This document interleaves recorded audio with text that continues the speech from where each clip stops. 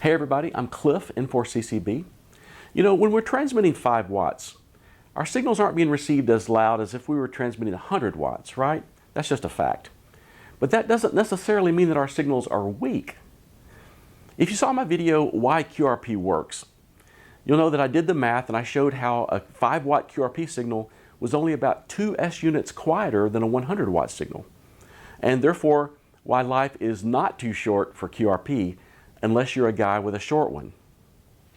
Life, of course. So in this video, I've got a couple of audio examples that I want to play for you of stations that were transmitting QRP levels, but their signals don't sound weak at all. And the first one we'll start with was actually me.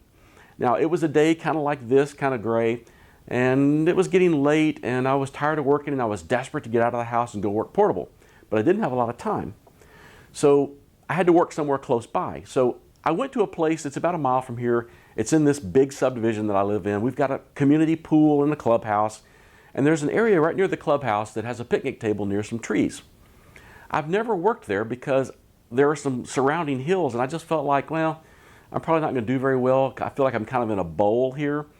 But I went ahead and just set up anyway, and I set up this fiberglass mast with the soda beams linked to dipole. And for the radio, I was using a little L&R Precision 3-band mountain topper with a AA battery pack, putting out about 3 watts. So I started calling CQ, and not long afterwards, a ham in Long Island answered. This ham is Lou Bellick. His call sign is N2JPR. And I had a QSO with him. I didn't drag it out for too long because the sun was going down and it was getting dark and I needed to wrap it up. I did tell Lou that I was transmitting 3 watts, and he told me he was transmitting 14 watts, which is kind of neat. When I got home, I sent Lou an email just thanking him for the QSO and sent him the 2 pictures that I just showed you.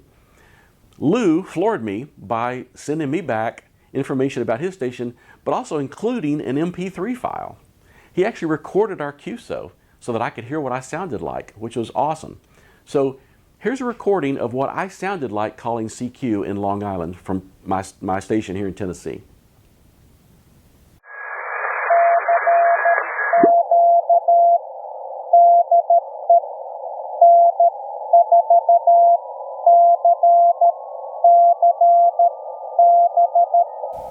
That's not a weak signal at all, right? And that's just 3 watts. Here's me telling him that my QTH is Tennessee. You can hear how loud that sounds.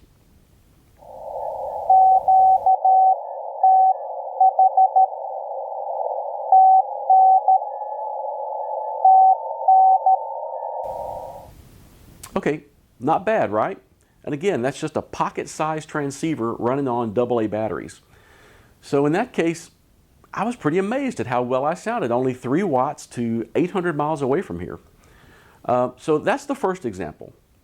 Now the second example was a couple of weeks ago, me and my friend Dudley Pitts, KM4IYQ, and Doug Miller, W4DML, we all did our first SOTA activation. SOTA, Summits on the Air. We went about 50 miles east of here and activated a place called Short Mountain. And I generated a pileup on 30 meters. I worked 25 stations that day, and it was a lot of fun. I'll make a video about that. But what I want to play for you is a little video clip that Dudley recorded of me working a guy named John Morris. And John lives in Ohio. His call sign is N8RVE. John just exchanged call signs and signal reports with me because, again, it was like a rapid-fire pileup kind of situation. On the drive home, John sent me an email telling me that he was only using 1 watt and was surprised that I could hear him.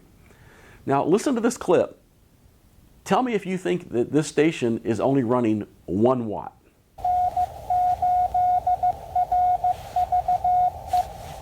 E, okay. There's an E at the end.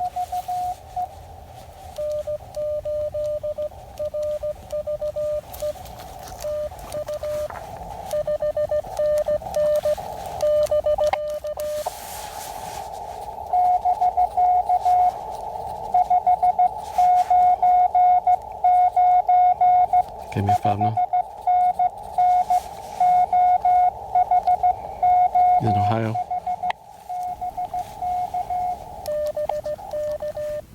That's great, right? You would never know that guy was QRP unless he told you. So that just goes to show you that even though we're only QRP, our signals can be fairly strong.